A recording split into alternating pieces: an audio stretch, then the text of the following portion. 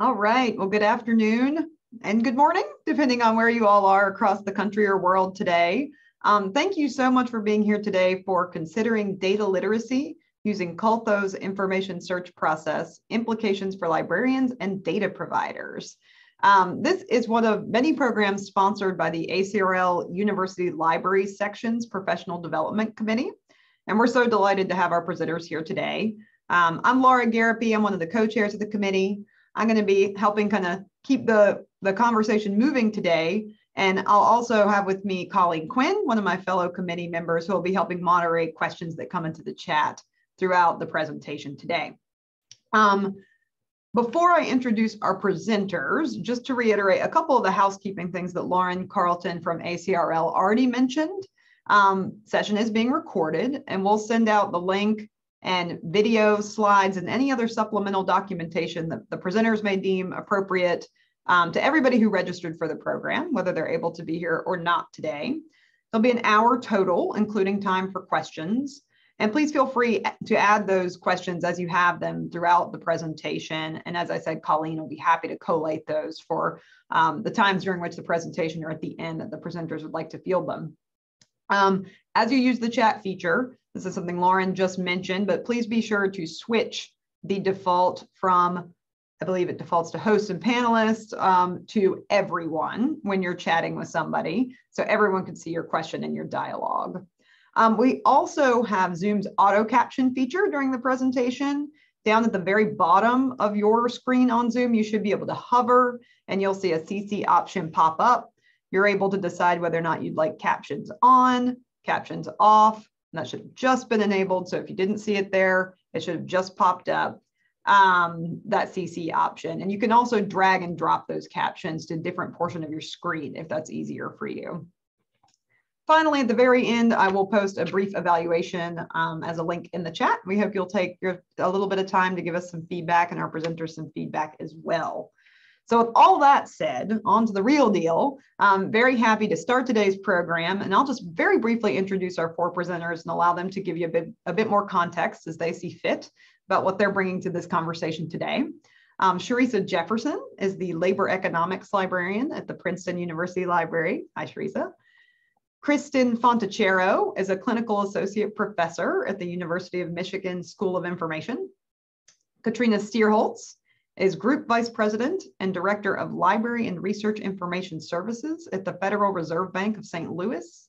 And finally, Lynette Hoelter is an Associate Archivist at the Inter-University Consortium for Political and Social Research, known to many of you as ICPSR, at the University of Michigan's Institute for Social Research. So without delay, I will hand off to our presenters, and thank you so much again for being here today, y'all. Good afternoon. Thank you, everyone, for coming to this presentation. Thank you, Lauren, for your tech help. Thank you, Laura and Samantha, for inviting us to share on this topic today. We encourage all of you to learn from one another by sharing in the chat, and we welcome you to post your questions as you think of them, and Colleen will be monitoring the chat and collating your questions. We will reserve the last 15 minutes to answer your questions. As librarians, we are in a service profession. Our approaches can be met with learning opportunities and challenging experiences when it comes to information access and use. The approach we are about to share with you centers on how we can be there during the process by both librarians on the ground and the data providers when it matters to our patrons to meet them wherever they are. So we and our patrons can walk through uncertainty into a conceptual place of comfort and proceed toward confidence, where we can go from saying to ourselves, oh, data, what do I do with that? To, oh, data, what can I do with that? I've heard it said that data is concrete, but the ACRL framework is conceptual. What I think is missing from that argument is that you can think about facts in a way that you can question. You could try to better understand what it could mean for your personal life, your community, our world. I'm talking about bridging scientific concepts with a humanities perspective. Well, librarianship is as much a science as it is an art. Next slide, please. Each of us had started at a different place than where we are today. I come from women's studies and cultural studies. I come from the performing arts. I take an approach of synthesis of experience to forge something new. What I'm really talking about is world building. What is the context of the world in which our students are asking questions? How can they go beyond what they are comfortable with? An aha moment is not the end of an experience, but it is another beginning. It's often not a point A to point B solution. As professionals, our experience has taught us that it's a process. I try to think, what can I do to help them become more comfortable with this process? I'm thinking of a summertime metaphor. When we know someone who wants to learn water sports, we don't just teach them how to perform the mechanical steps. We help them see that there are supports and help all around them, like life jackets, life rafts, and boat buoys. As a parent, I learned about attunement. Then I realized it's something I can bring into my service. Attunement to the emotional phases of our patrons helps us and them. How do I set this up so they feel safe asking me for help? I don't have to know all the things to know that I can do something. You don't have to have a master's in stats to do the job.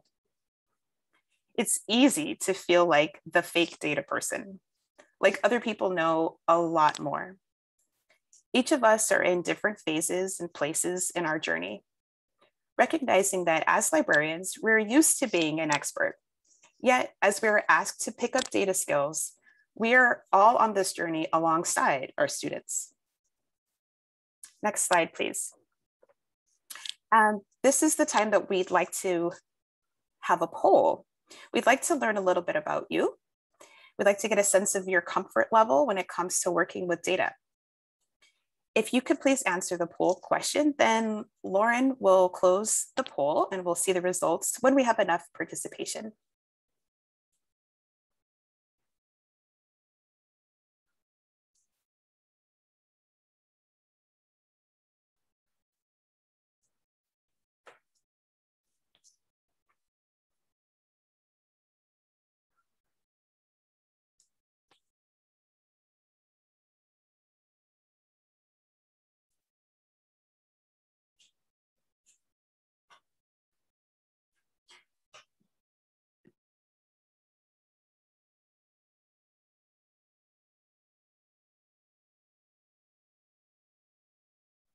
Okay, we have our results. Thank you for participating.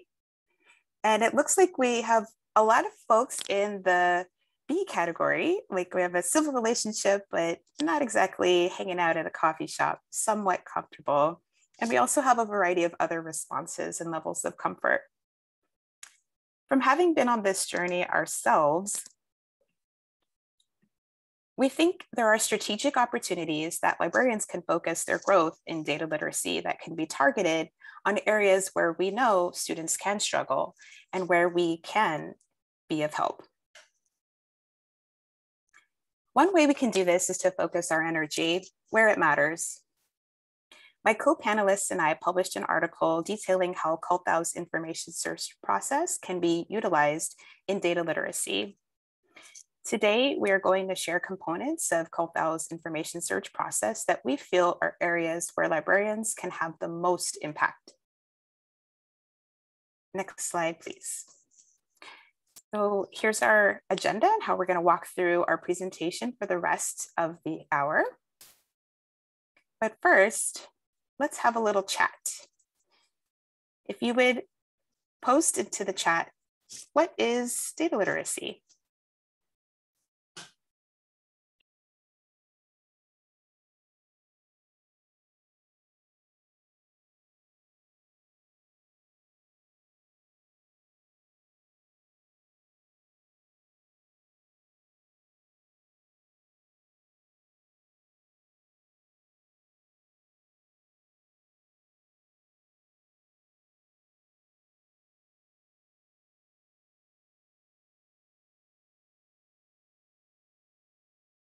So these are really great questions. A lot of discussion about forms of data, ways in which data is used in a genre, knowing how to make decisions based on data.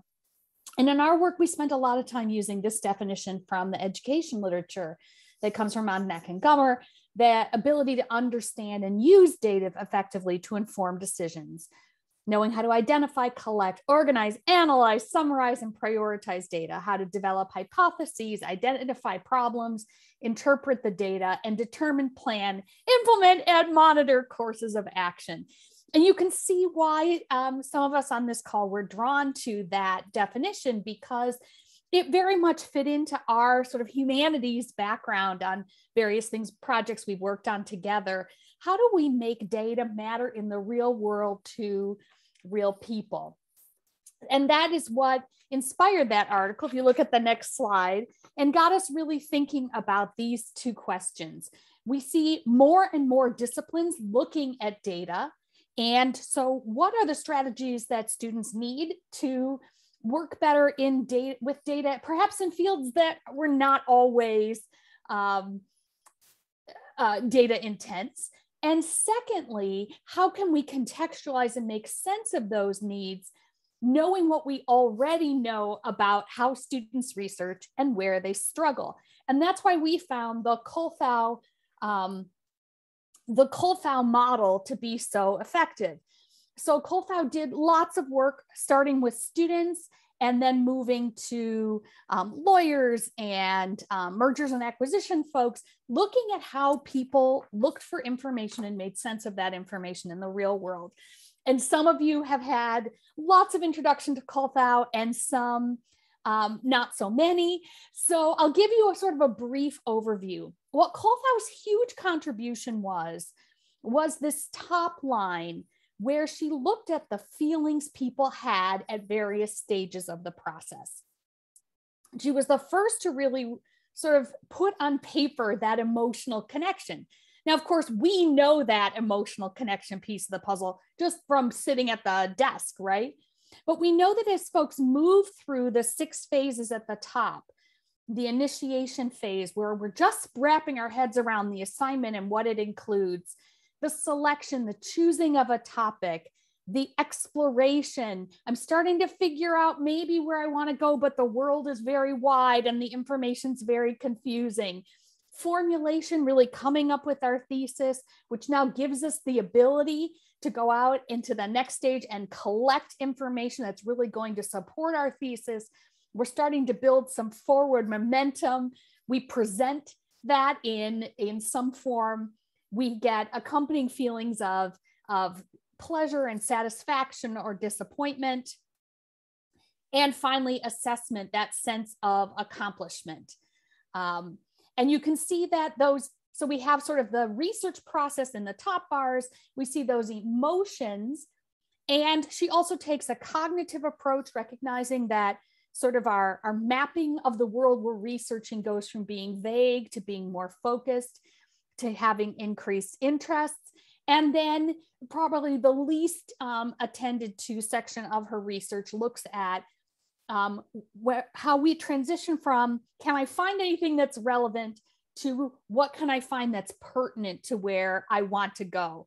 And I see that someone here used Kuhlthau in her dissertation. And I will also say that when I work with students who are just beginning their reference, sort of their reference stints or their reference jobs, that often when they connect the sort of panic and questions they see at the reference desk to Kuhlthau, it suddenly gives them some more context and leads to this next word, which on the next slide, Katrina will talk about. So that's empathy. And when we were writing the article and thinking about sort of big picture, what is Kuhlthau's process? How does it inform us? Fundamentally, it's empathy that we should have both as librarians, but also as data providers when we think about that students or end users experience using data. It is a confounding, frustrating, intimidating experience. And I think Charissa kind of spoke to this at the beginning. What we really want to do, and I think as librarians, I'm a librarian, but I'm also kind of speaking to the data provider, and that empathy can inform us and make us better at what we're doing. Kristin, next slide, thanks. Yeah, so when Kuhlthau wrote this, she really talked about Vygotsky's zone of proximal development as a concept for supporting empathy and sort of explaining empathy. So the zone of proximal development is defined as the space between what a learner can do without assistance and what a learner can do with adult guidance or in collaboration with more capable peers. So Kuhlthau built on this with her zone of intervention. Clearly they are, zone of proximal development, zone of intervention. She was clearly calling that out. So the zone of intervention was Kuhlthau's contribution, recognizing that the information search process involved that cognitive, physical, and emotional sort of affective piece, 3 pieces. And the zone of intervention is the place where students, and from my perspective, end users can be helped and where librarians can step in. In that sense, empathy helps us recognize that help is both needed and in some cases can suggest ways of providing support. So we'll talk about some of the ways both librarians and data providers recognize when a student or learner or end user needs assistance, and then what we can do or maybe we're already doing to assist. I think we're on the next slide. So in our thinking, we sort of see 4 places where we can talk about helpful and less helpful interventions. So we've mapped these onto the Kuhlthau model with these 4 red boxes. One is right at the very beginning. Is that the right time to help at all? Secondly, as students are sort of lost in the weeds and asking questions like, where's what I need? How do I make sense of this? Later, when they now know what they need, but they now have very, very specific desires for what to find, and they may be more challenging to find in terms of data and data sets than they can find with their existing search skills or knowledge of resources. And then finally, we see a new opportunity under presentation, a stage where we used to walk away as students increasingly think about things like visualization. So let's look at the first step on the next slide, the sort of, I like to call it the don't help me now intervention slide. And the next slide, you'll see a question. And in the chat, I hope you'll answer this. I have a feeling that you are often called into classrooms as a university professor. I have sometimes called you in early in the process.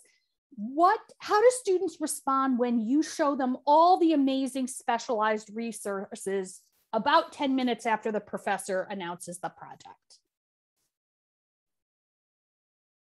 They wonder, they zone out, they're a deer in headlights, they're overwhelmed, confused, their eyes glaze. Jennifer says they don't know what they need to know. And Beth says they're at the don't help me now phase. They don't know the assignment. They don't know what they need, so they don't care as much. I want to credit Kelly in the chat. She really helped us in our data literacy project to bring to synthesis a lot of ideas. So we're really grateful.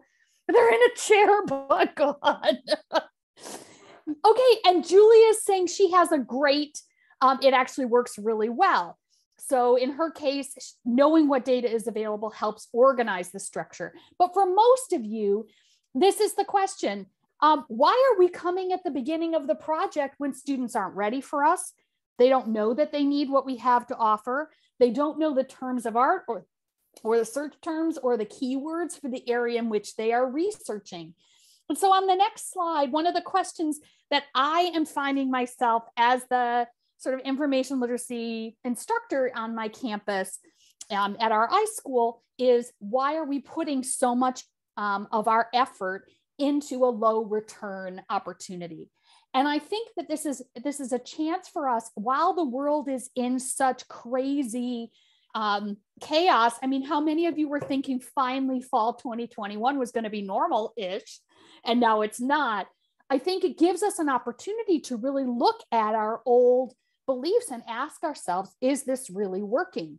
You know, I have an alum who's at another Midwestern research university, and she says that when instructors insist that she come at the beginning, or when they insist that she teach concepts that are inconsistent with the practices of the library, she actually says to them, looks like you've got this, you don't need me.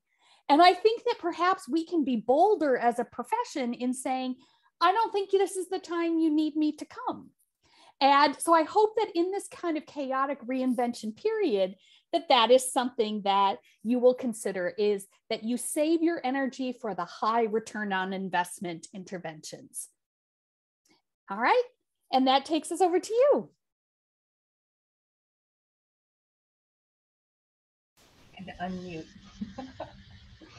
So in this slide, I'm actually going to kind of cheat and talk about the first 3 sections of the slide: the initiation, the selection, and exploration, from the perspective of data providers. So I'll remind you that the article we wrote was implications for librarians and data providers, because I think what I'm hoping, and I think Lynette is hoping, is that this can be something of a conversation and that we can learn from you all. There'll be a little part here in a minute where we learn from you and our support. But thinking of the first section, selection, I think it's important, or excuse me, initiation, it's important to think about how data providers work. We have many constituencies that we have to balance. They are, like, often we have students who come, that's true, but we also have these very expert users who come to our sites and have high expectations. So we spend a lot of time balancing our multiple constituencies. But for students, when they're at the initiation stage, they may skip the fabulous LibGuide you've created.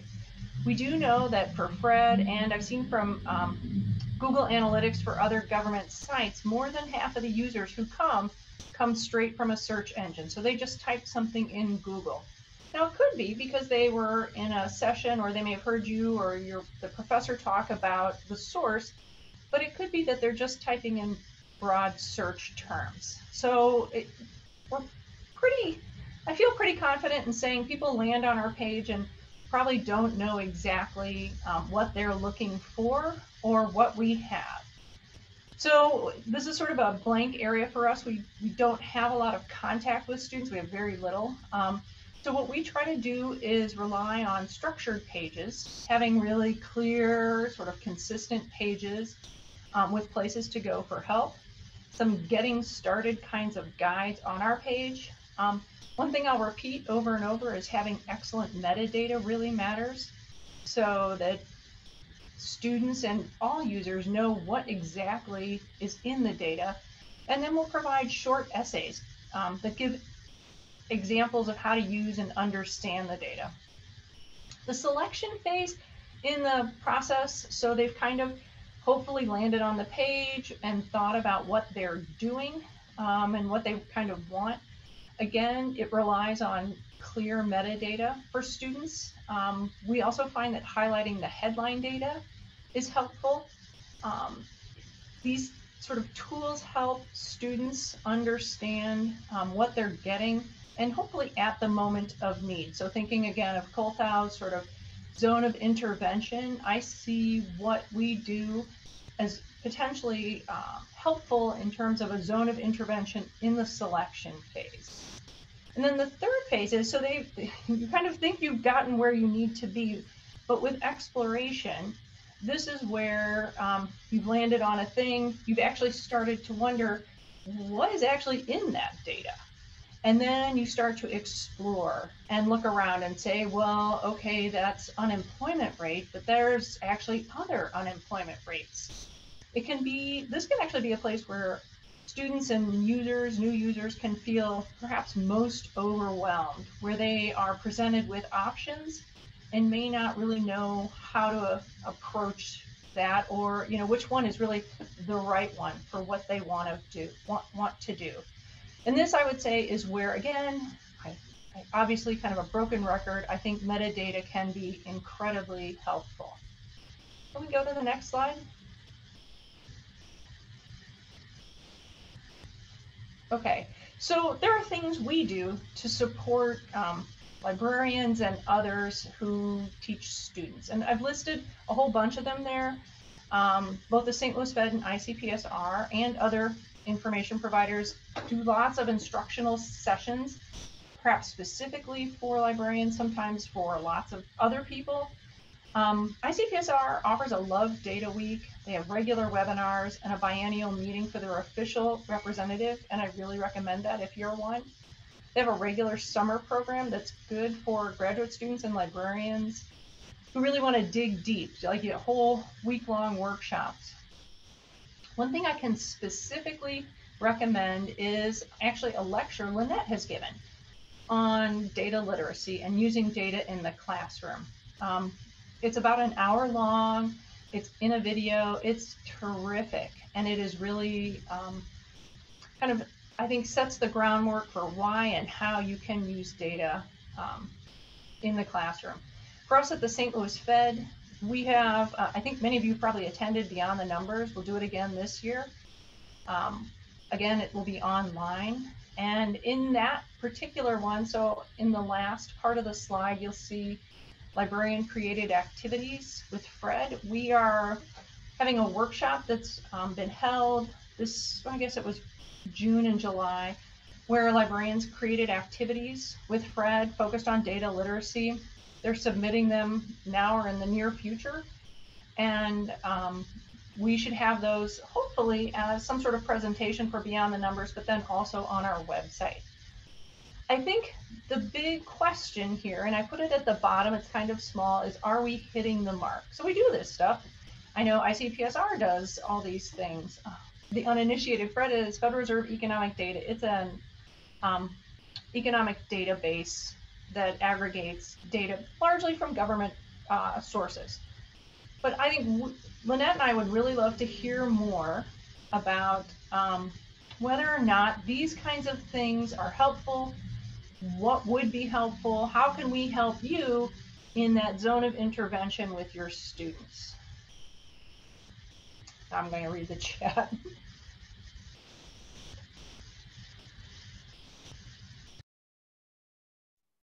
And with that, we will switch to me. I'm Lynette from ICPSR, and I've been trying to read the chat at the same time as listen and advance the slides. And thank you, Katrina, for the plug. I'll pay you later about the data literacy video. Someone asked for the link for that. I can't do it while I've got the slides up. So I've asked Kristin if she would look for it maybe and put it in the chat. Otherwise, we'll make sure you get it later. I wanted to move on to the collection phase of the Kuhlthau model and think about this from mostly a data provider, but also librarian perspective. And I'm going to continue that broken record that Katrina started and just emphasize the fact that metadata are critical for data providers to include and for librarians to teach students how to navigate and sort of look through, and the importance of the information about the data itself. So as students have moved through this process, they're starting to get excited because they kind of have a better idea of what it is that they need. And their searches are starting to be narrowed down to more relevant data. I like the image of the funnel. They've gone from lots and lots of loosely connected information down to something that's much more relevant for their project, their particular project. Once they find those data that are most relevant for what they need, we as data providers need to make sure that the data are easily accessible to students. And by that, I mean both logistically and sort of intuitively. So as you're sending students to various sites, you might think about, do these platforms offer the data in a way that students can easily digest? So for ICPSR, that means most of our data are put out in a variety of statistical formats. So our usual suite of formats includes R, SPSS, SAS data, Excel, and then also an ASCII version of the data. we also offer online analysis tools, and there are lots and lots of websites out there that have, including Fred, but also lots of the other government statistical agencies that have wonderful interactive websites where students can get either the underlying data or the sort of summary statistics that come from those data. So making sure that students can actually, they're excited, they found what they want now, can they get it in a way that they can then take it and use it for their particular project.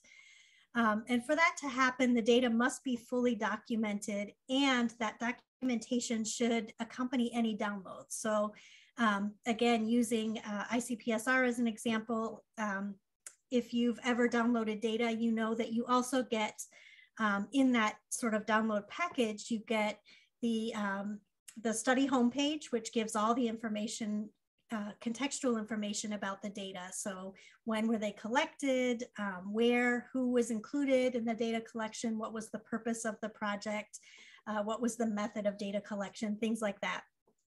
So you get that study homepage. You also get the code book to help students work with the data so that they know what variable 501 means in any particular data sets.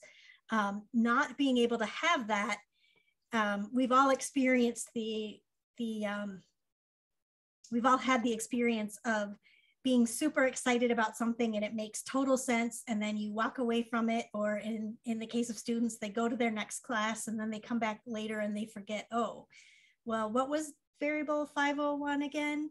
And if that documentation isn't easily accessible or isn't there with their downloads, it's going to cause that confusion as they're trying to use it in their project.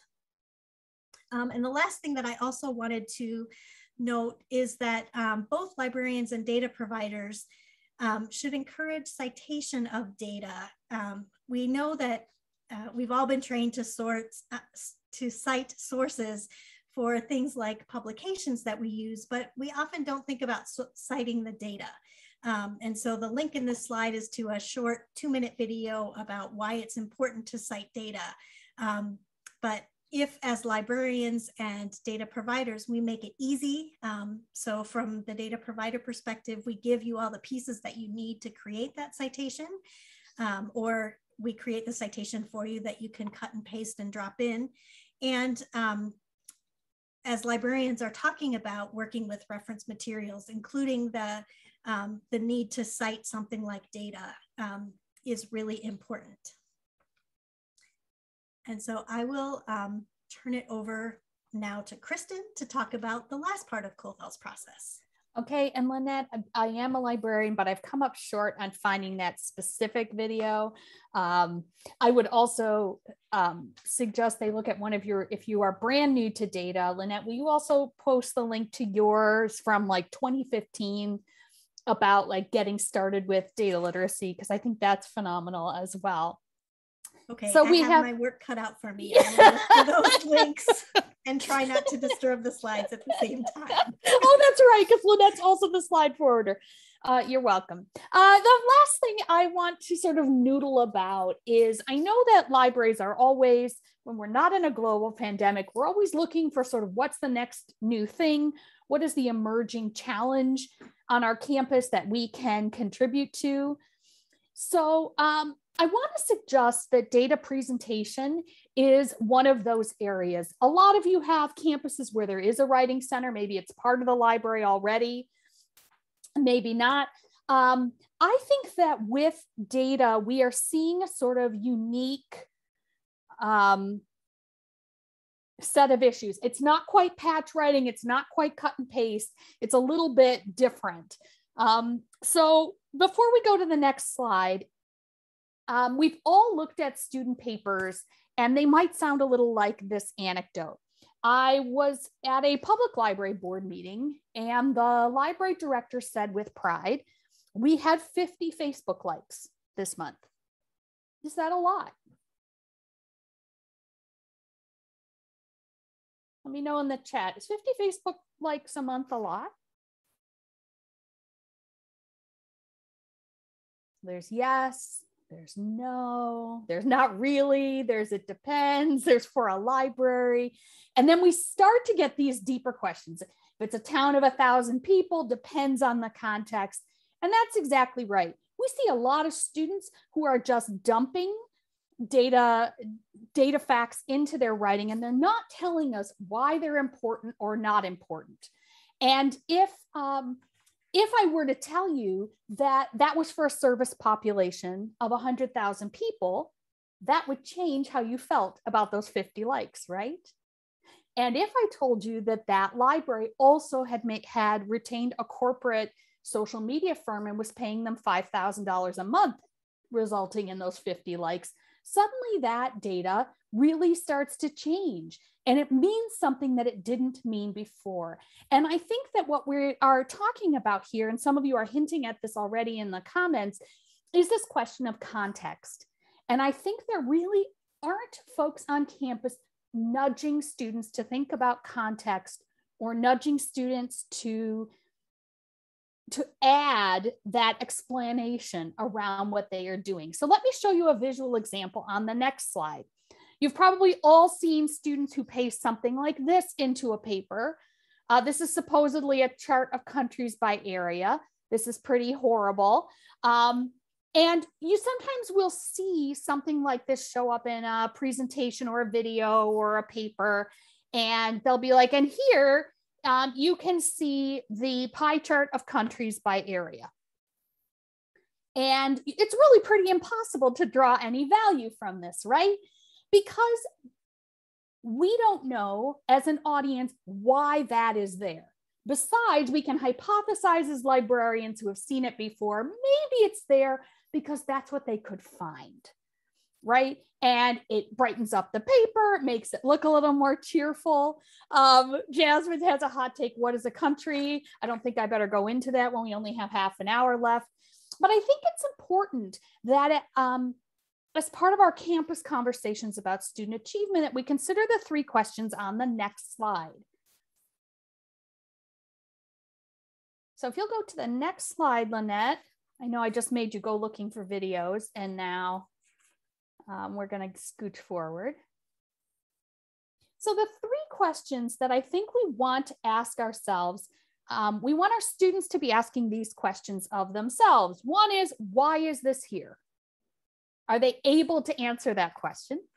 One question is, why does it matter? What do you want me to see in that data?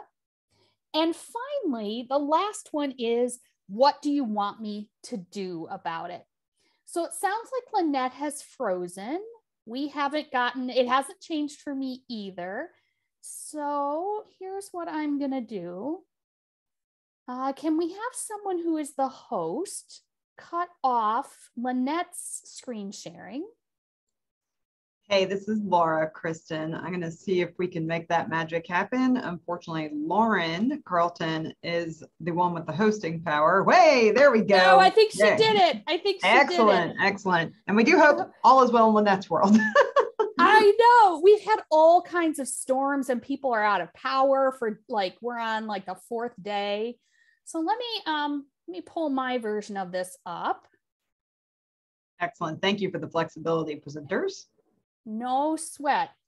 And so the broader question that I think it's important for us in combination with professors and the writing centers and rhetoricians is to think about this question.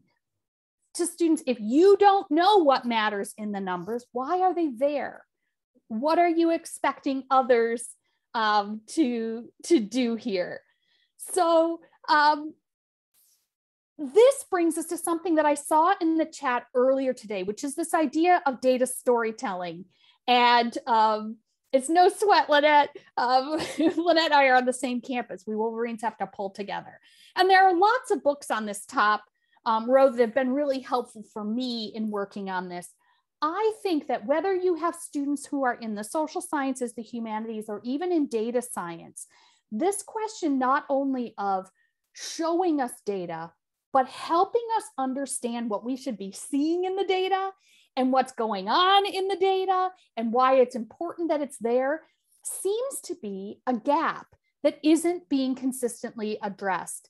And I actually taught data communication in a data science program back at the start of the pandemic. And I can say that even our data scientists knew how to mechanically create visualizations, but didn't always know how to do the translation work. I think ultimately data storytelling is about translating the sort of data as information bits, whether visualized or not, into ways that make sense for people who are not data experts. So here is an example that's near and dear to all of our hearts. ALA keeps just a list of attendance records from ALA from, at the time I pulled this, 2011 to 2020. So why might I have shared this data? Can you tell me in the chat?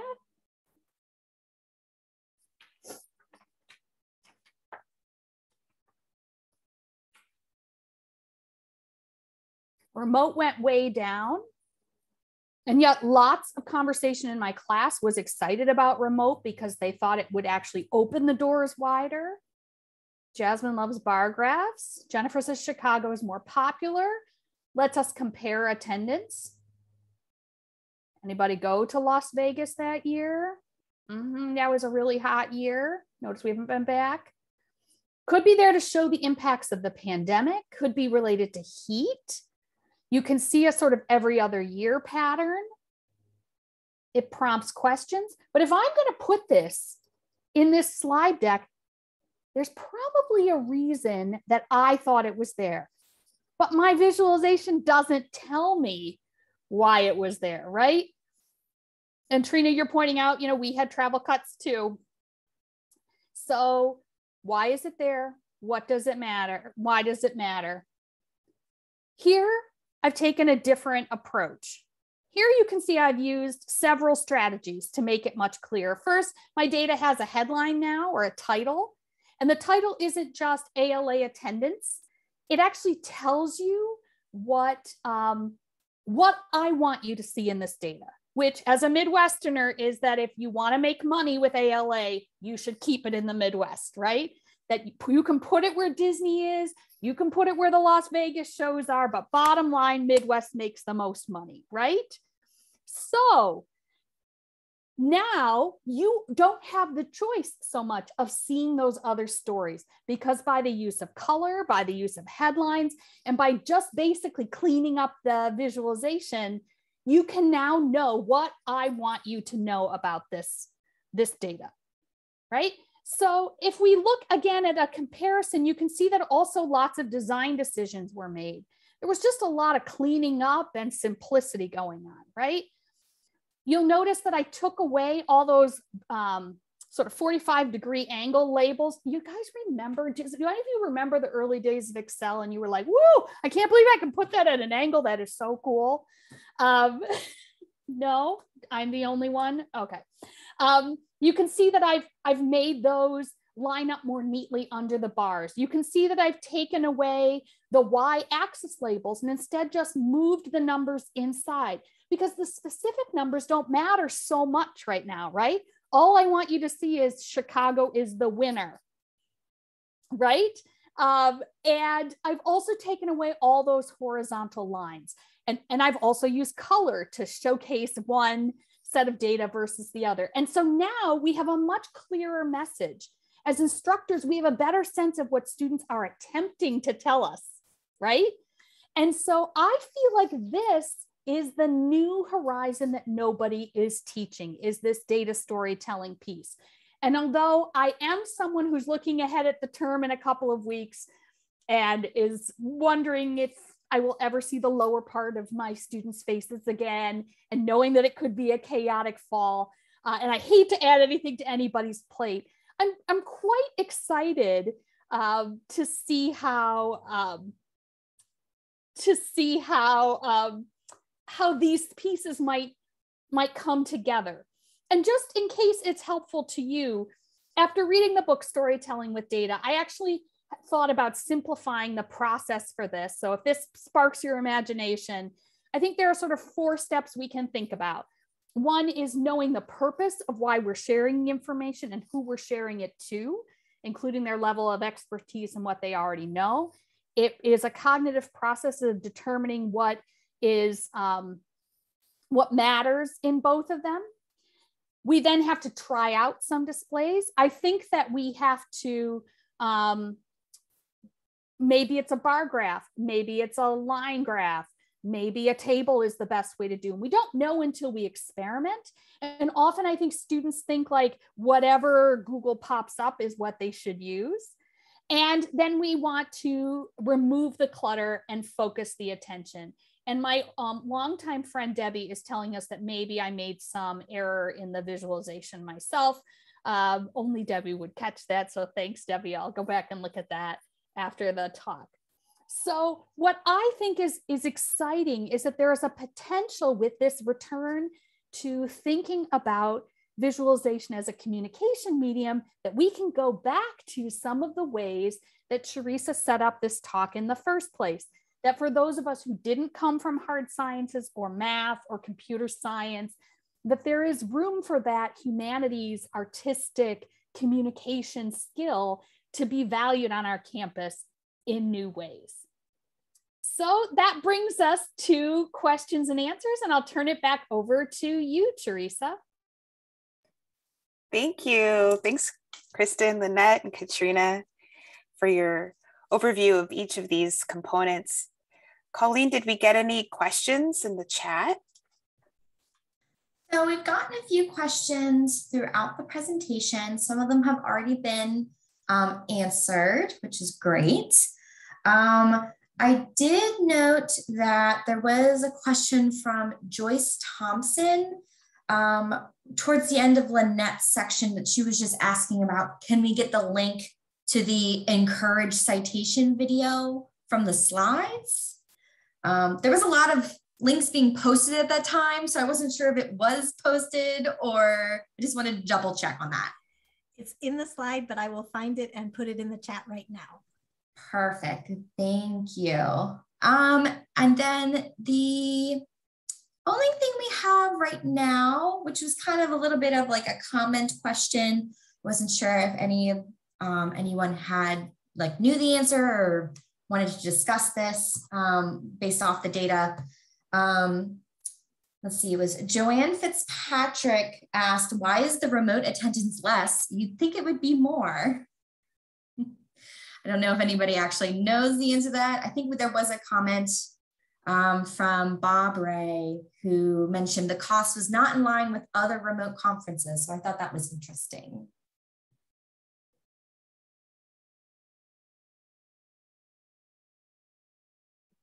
Yes, I think that was interesting as well. The cost.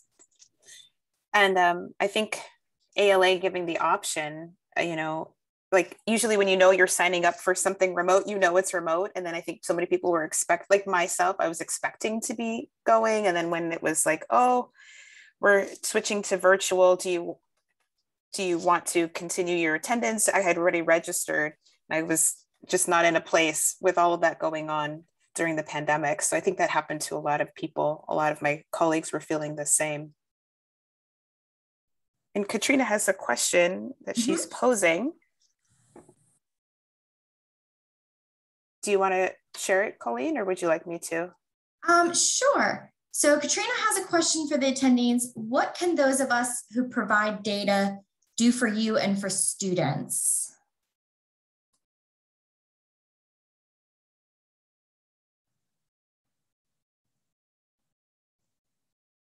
I also want to note, Jennifer also asked a question, does Kuhlthau work for most other subjects too?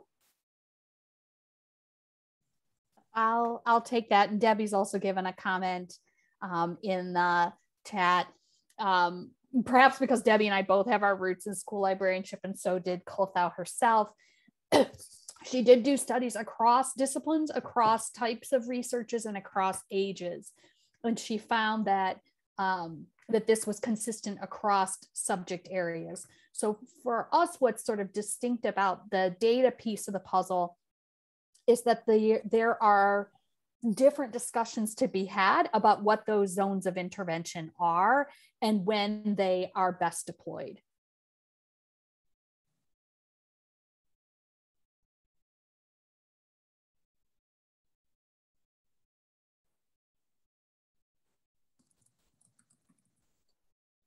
Great, and I'll chime in. This is Laura from ACRL ULS. Colleen, you may have seen this one, but it looks like Neil Grimes had a question as well.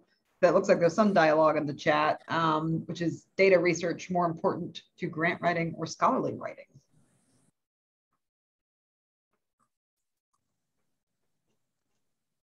I happily pass that to our presenters. I'll take a stab and say that they tend to be intertwined, that you need to sometimes increasingly not say, I'd like money to start exploring something, but to build on some existing work or some preliminary work we've done. And that part of your funding often assumes that you will also be publishing about it later. Maybe a good question for us each to ask about our local institutions is not only in the annual review, where is the most power, but whether or not, like as librarians, we have focused too much attention on the scholarly publication piece of the puzzle, and whether helping with those literature reviews for grant proposals could help, as the volume of grants that young, especially junior faculty, are applying for are way, way higher. I also recognize that could be a bottomless pit of asking for help. So I would also, oh, sorry. Go ahead, Lynette. I was going to say, I would also piggyback on what Kristin said, and I echoed what you said about it being important to both scholarly and grant writing. And I think it's important maybe in different parts of the process. And since this is a presentation about process, I thought I would just mention that. I think for grant writing, often data research is included as part of the justification for why you need money to study something, either a gap in existing data or a question that current data leaves unanswered.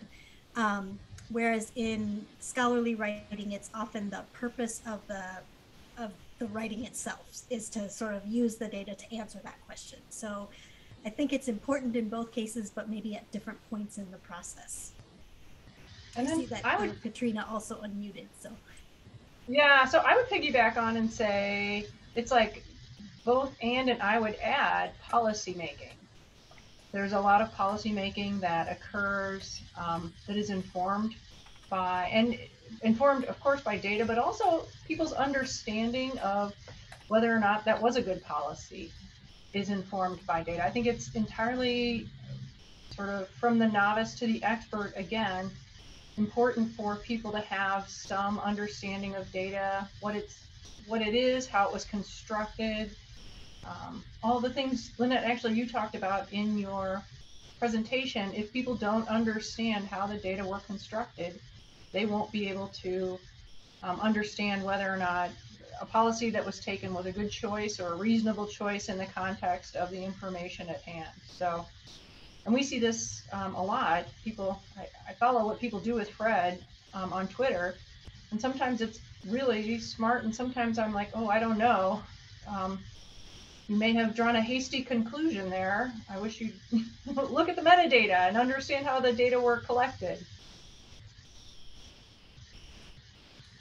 So so there's a question in the chat too about what's Fred. Do you want to handle that one before we go back to the hardest ones, sure, the harder questions? Yeah, this one's an easy one. So Fred is a database of economic data. It is an aggregation of data. So right now we have about 800,000 data series. They're all economic, they're time series.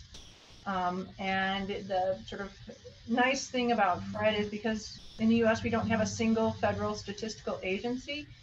You have to go to multiple sites to get data about the economy. If you want to look at aspects of the economy, multiple aspects from that are data are from different sources, different places like BLS, BEA, census, you'd have to go to different sites. If you go to Fred, you can put it all on the same graph, hopefully wisely chosen, and you can get kind of do a little more analysis and present data and information, I think, a little more helpfully in terms of understanding what's going on. And I would say it's something that data scientists don't always know about. Economists might know about it, social scientists, but it's a super resource for your hardcore data science folks as well. I just want to note we have 2 other questions too. I want to make sure we get to while we still have some time. Joyce Thompson asked, any thoughts on how we find that opening further along in the student process in the more, quote, high return zone, given how faculty choose when to bring librarians into the class?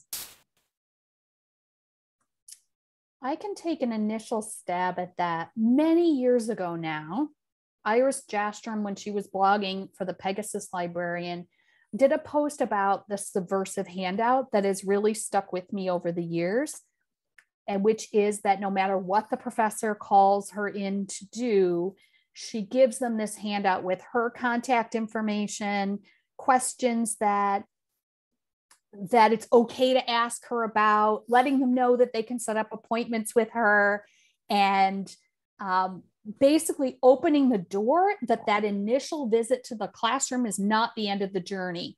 I think for a lot of students, that idea of like, I don't want to bother the librarian comes up a lot. And I have always found that really helpful. And I also think that as you build these better relationships with faculty, now that I'm on the faculty side, if my librarian said to me, you know what, would you just remind students on the syllabus a week before stuff is due that I'm available to help, I would do it. And I think sometimes I agree that incentives for professors to work with librarians are not always ideal in the academy, but I also think that most professors, if you approach them in an efficient way, want to do the best by their students much more than I think was on their consciousness 10 years ago. And I think that once you've built that relationship on their terms, you gain some space to open a relationship that has a little bit more of a mutual exchange. Oh, Jana, thank you for the URL. Look, it's 2008, everybody. It's like 100 years ago in internet time. I've just always found that really, really helpful. And she talks about how it needs to be paper, that just the LibGuide is not enough. And I also appreciate the person who said earlier in the conversation that having LibGuides has changed what we need to put into those early one-shot sessions.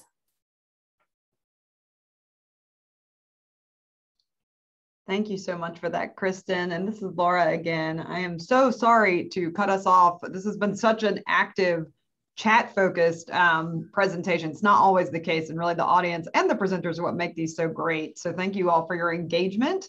As you can see, our presenters have just put their email addresses up, probably foreseeing that there could be questions that maybe didn't get answered. I do think, and Colleen, keep me honest here, but I think we had one question that we weren't able to get to from Kelly Hovinga. So Kelly, please consider emailing your question to the presenters about data visualization and LibGuides. But before we go, let me just thank you all so much again for coming, both our panelists and our attendees. Big thanks as always to ACRL for making this happen. I know their demand for Zoom has been higher than ever this year, and really appreciate all of their support in this. Remember, we will be sending out that recording, any other supplemental information, and the slides later this week, most likely. And if you could, please do take a moment to fill out that evaluation that you've seen Colleen drop in the chat box a couple of times. So thank you again to everyone, presenters especially, and everyone have a great day.